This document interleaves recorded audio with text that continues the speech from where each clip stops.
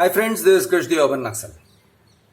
Friends, we have received a legal notice from Piramal Builders. It's a cease and desist notice asking us not to publish a video which we had sent them for their rebuttal. And we are about to publish the video. This is that video. And you need to understand what Piramal is saying in the matter. So, please watch this video till the end. Hi, I'm Zainab and this is my husband Hozefa. We're based in Dubai. We invested in Piramal Aranya Byculla Tower A, a project by Piramal Realty launched as a flagship project by Anand Piramal. The value of our property was 8.5 crores. This project would be one of its kind in South Mumbai, an exclusive haven for NRIs. That is what they told us to justify the super premium price being charged. And we, like gullible fools, bought into it thinking that Piramal will deliver given its reputation. Now, at the onset, it was promised as a 3-tower development with world-class amenities. We went ahead and booked the flat in 2017 with grand promises of Dubai-like lifestyle in Mumbai. We had the property registered in 2018. In 2020, when COVID hit, we lost a lot of value in our investments. However, during this time, Piramal work continued. And they raised a notice of 40 lakhs, which we were okay to pay. But the next installment was for 4 crores, which we could not pay in one shot because our businesses were at a pause. So we constantly were in touch with the CRM to either back out of the project or if they could to convert the 4 crores into installment payment plan, and we will honor that agreement. The CRM constantly assured us that they are in talks with the management and that we don't need to worry. They will work out a plan for us to make the payment as relief is being granted worldwide to everyone. But supposedly they were only talks. We soon started getting notices for interest on non-payment of installment, the regular harassment emails to pay, or they will seize our payments till date and foreclose the property. The entire thing was beyond belief. In our heads, there was something amiss because how could someone like Piramal do this?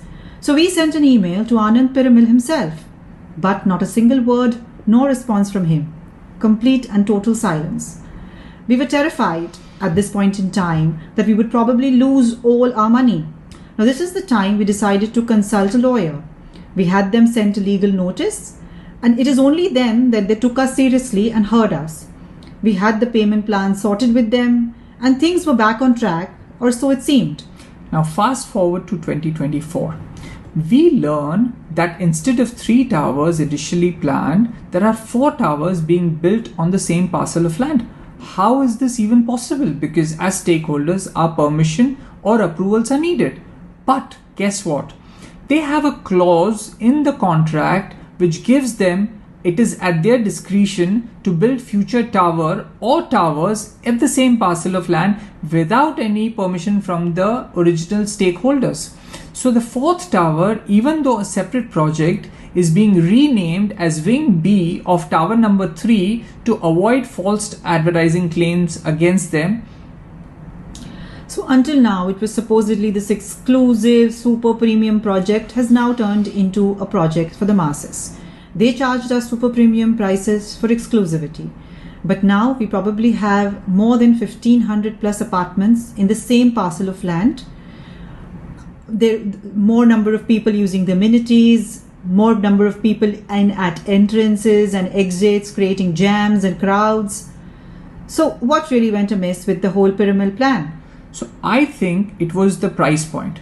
They got very ambitious, charged us super premium prices, and they did not find buyers. That is why in Tower A, they changed the number of floors from 64 to 40, and that additional FSI space is now being used to make smaller apartments in Tower 2, 3, and apparently this Tower number 4, which increases the density of the families in that particular project.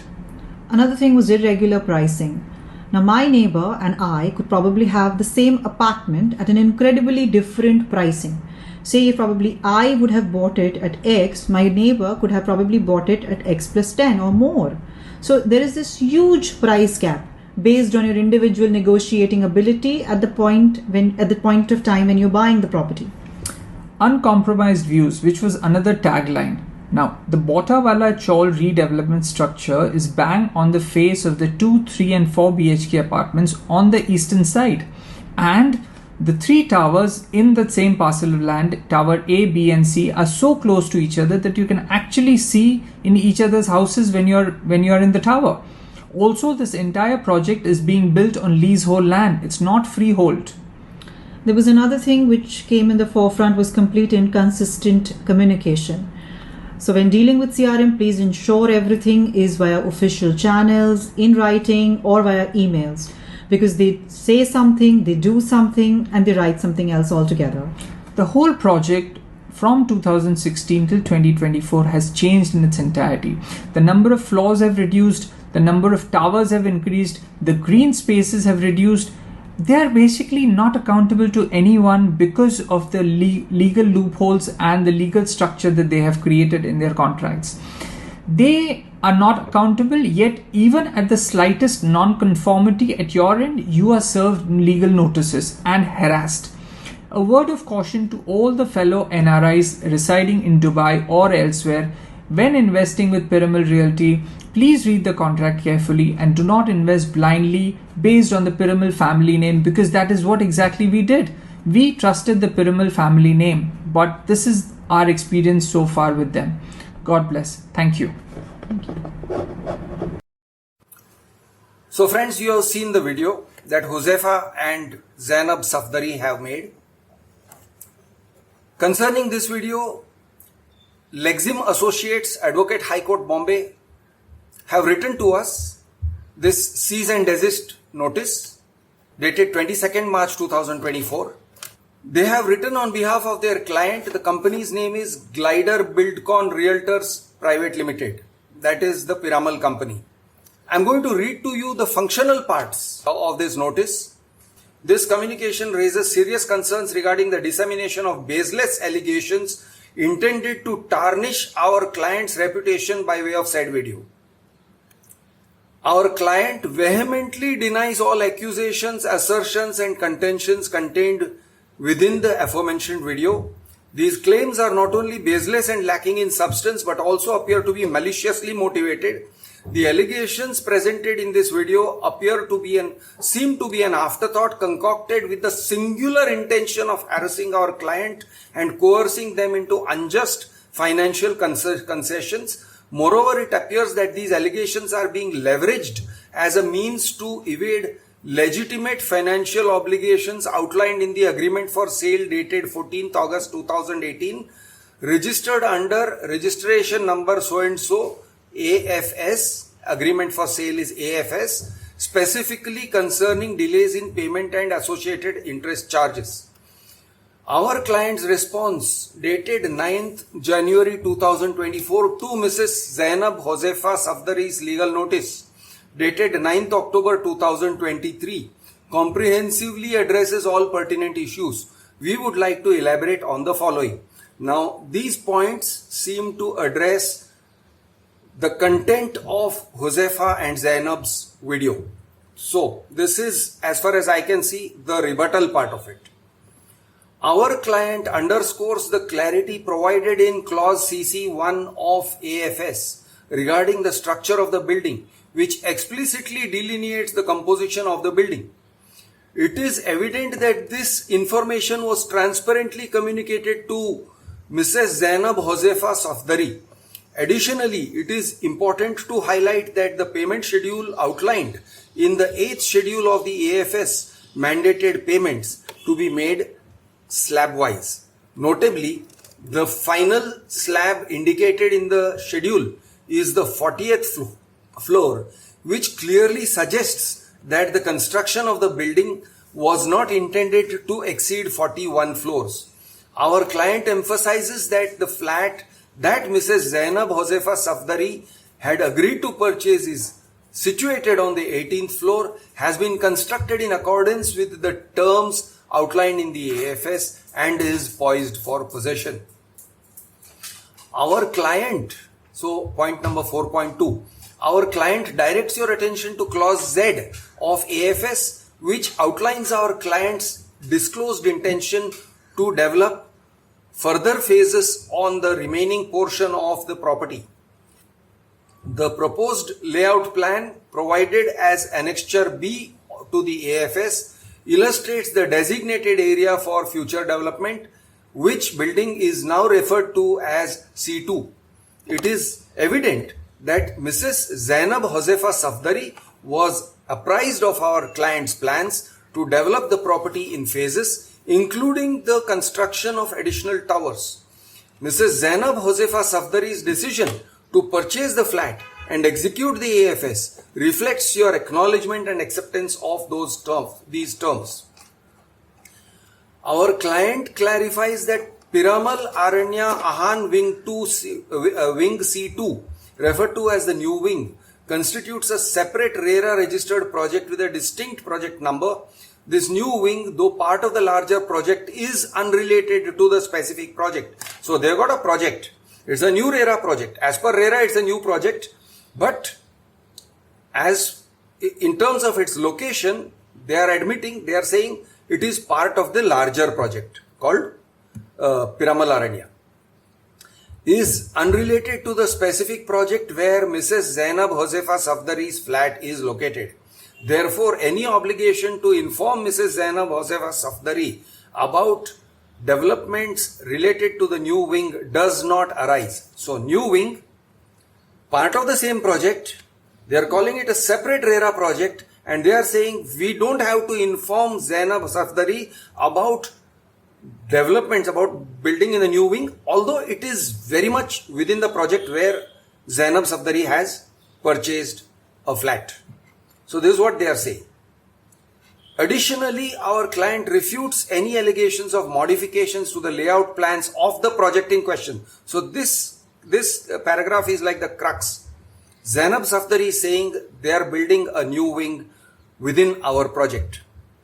These people are acknowledging that yes, we are building a new wing within your project, but it is registered as a separate RERA project.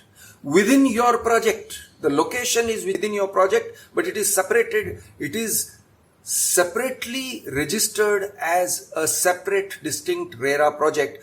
Therefore, we don't have to inform you, Zainab Hozefa Safdari, although we are building a new wing which is very much located within the geographical premises of your project. I hope you understand. Now, this is what they are saying. Therefore, they are saying any obligation to inform Mrs. Zainab Hozefa Safdari about developments related to the new wing does not arise. Additionally, our client refutes any allegations of modifications to layout plans of the project in question. So, it's a very legalistic kind of a refutation or rebuttal. Our client has addressed notice dated 22nd March 2024 to Mrs. Zainab Hozefa Safdari demanding that she or anyone acting through her should immediately cease and desist from making any defamatory statements or threats against our client, and further calling upon her to immediately and unconditionally withdraw all defamatory videos, materials or content shared by her or anybody acting through or under her or with any individual or public domain or social media forthwith. So, I'm just replying to this a little bit. I am not acting through her. I am an independent party. Zainab Safdari is my informant or my source. I am a journalist. It is my business, my objective, my intent, my reason for living to inform the public about what goes on in real estate projects. That is the objective. That is my independent objective for publishing this video. In the light of the above, we demand that you immediately cease and desist, they say. Cease and desist from any attempts to publish defamatory content against our client. It is not defamatory, it is informatory.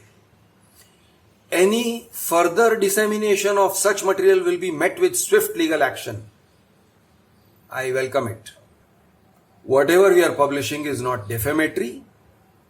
It is very, very clearly not defamatory, and this rebuttal, this reply, this response from Piramal, rooted through their advocate Lexim Associates, further emphasizes and further gives me a reason to say that this thing that we are publishing is not defamatory. So what is defamatory? Defamatory is something where no facts exist and you start saying stuff. Okay, you just start shooting your mouth on something where there is no fact. I'm just explaining to you, the public, what is defamatory, what is not defamatory.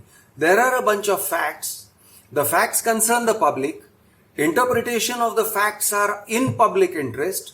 They are of importance to the public. You understand and interpret the facts. You join the dots in a particular way. Piramal may say we are joining the dots in the wrong way. Fair enough. You are entitled to say we are joining the dots in the wrong way. This is not how it should be interpreted. It should be interpreted differently. Fair enough. Let us assume for a moment that we are completely wrong and Piramal is completely right, and that they are ultimately 100% right in whatever they are saying about Hozefa Safdari. Now, do Hozefa Safdari and his wife Zainab have a right to have a grievance and a dispute with Piramal regarding these said facts? And the answer is yes. Do they have the right to have a dispute? Yes. Do they have the right to agitate the dispute, to speak about the dispute to anybody? Yes. They have spoken about the dispute to me. Do they have the right to talk about the dispute to the public? If they are aggrieved customers, which they are not just anybody, they are not just somebody coming out from the roadside and making a comment about Piramal. They are aggrieved customers who have already put crores and crores of rupees into this project called Piramal Aranya. Are they entitled to speak about Piramal Aranya? Right, they are. Absolutely, 100%. And that is what they are doing. I am your friend, Krish the Urban Naxal. Jai Maharashtra, Jai Hind, Jai Jawan, Jai Kisan.